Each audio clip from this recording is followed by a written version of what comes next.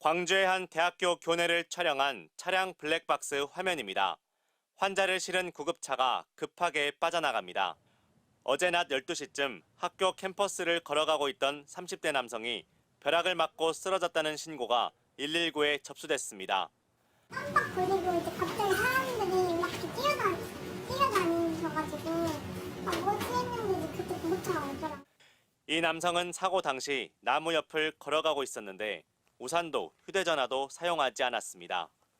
소나기가 본격적으로 내리기 전 가는 빗줄기와 함께 천둥과 번개가 요란하게 치고 있었습니다. 이곳으로 떨어진 번개를 맞은 30대 남성은 심정지 상태로 발견돼 병원으로 옮겨졌습니다.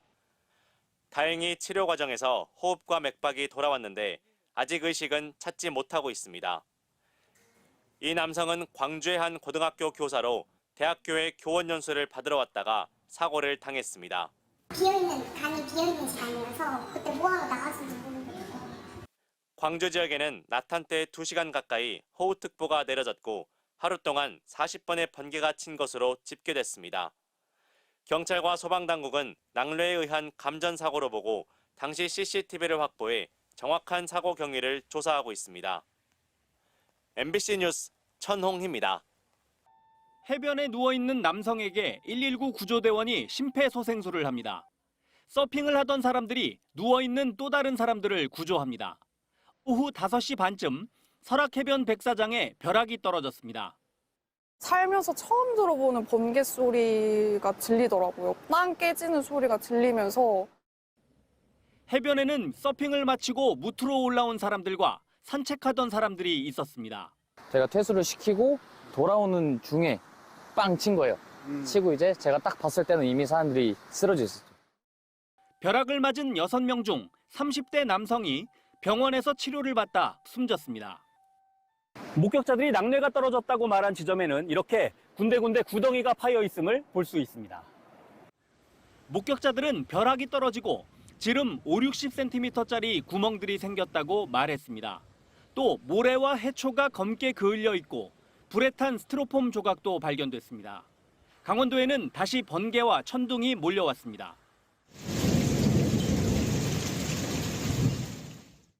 사고 해변에는 관광객들이 서핑을 즐기고 있었지만 천둥 소리가 커지면서 서퍼들도 바다 밖으로 빠져나왔습니다. 서핑업체 측은 날씨가 좋지 않을 때는 목걸이나 시계 등 금속 액세서리를 착용하지 말고 천둥 소리가 들리면 바다에서 나와 안전한 곳으로 피신할 것을 당부했습니다. MBC 뉴스 김인성입니다. 고속도로를 달리는 화물차 차창으로 거센 비가 쏟아집니다. 하늘이 번쩍이며 낙뢰가 쉴 새 없이 떨어집니다. 셔터 누를 때 연사를 찍는다 가정했을 때 그 연사 속도처럼 수도 없이 쳤습니다. 하룻밤 사이 충남에서는 낙뢰가 2,818번이나 내리쳤습니다. 지난해 7월 한 달 동안 떨어진 낙뢰보다 2.5배 가까이 많은 횟수입니다. 매우 불안정한 대기 탓에 강한 비와 낙뢰가 함께 관측된 겁니다. 낙뢰와 비바람으로 정전 피해가 잇따랐습니다. 강한 비바람으로 쓰러진 나무들에 맞아 전신주도 이렇게 맥없이 넘어졌습니다. 금산군 추부면에서는 전신주가 넘어지면서 이 일대 200여 가구의 전기 공급이 밤새 끊겼습니다. 전신주가 4개가 넘어지고 저기 고압선에 지금 불이 났던 거예요. 불이 붙은 거야. 다 대피하고. 대전시 장안동에서도 돌풍과 함께 나무가 쓰러지면서 고압선을 건드려 음식점과 숙박업소 등의 정전이 발생했습니다.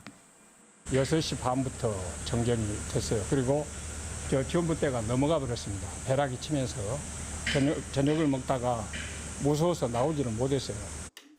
밤사이 대전과 금산, 보령에서만 2,000가구 넘게 정전 피해를 받고 일부 지역에서는 날이 밝은 뒤에야 전기 공급이 재개됐습니다.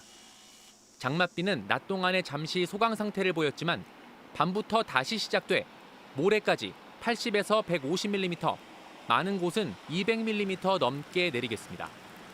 특히 내일 새벽 천안과 아산, 부여 등 충남 11개 시군에 호우 예비특보가 내려진 가운데 천둥과 번개를 동반한 국지성 호우가 예상돼 추가 피해 없도록 주의가 필요합니다.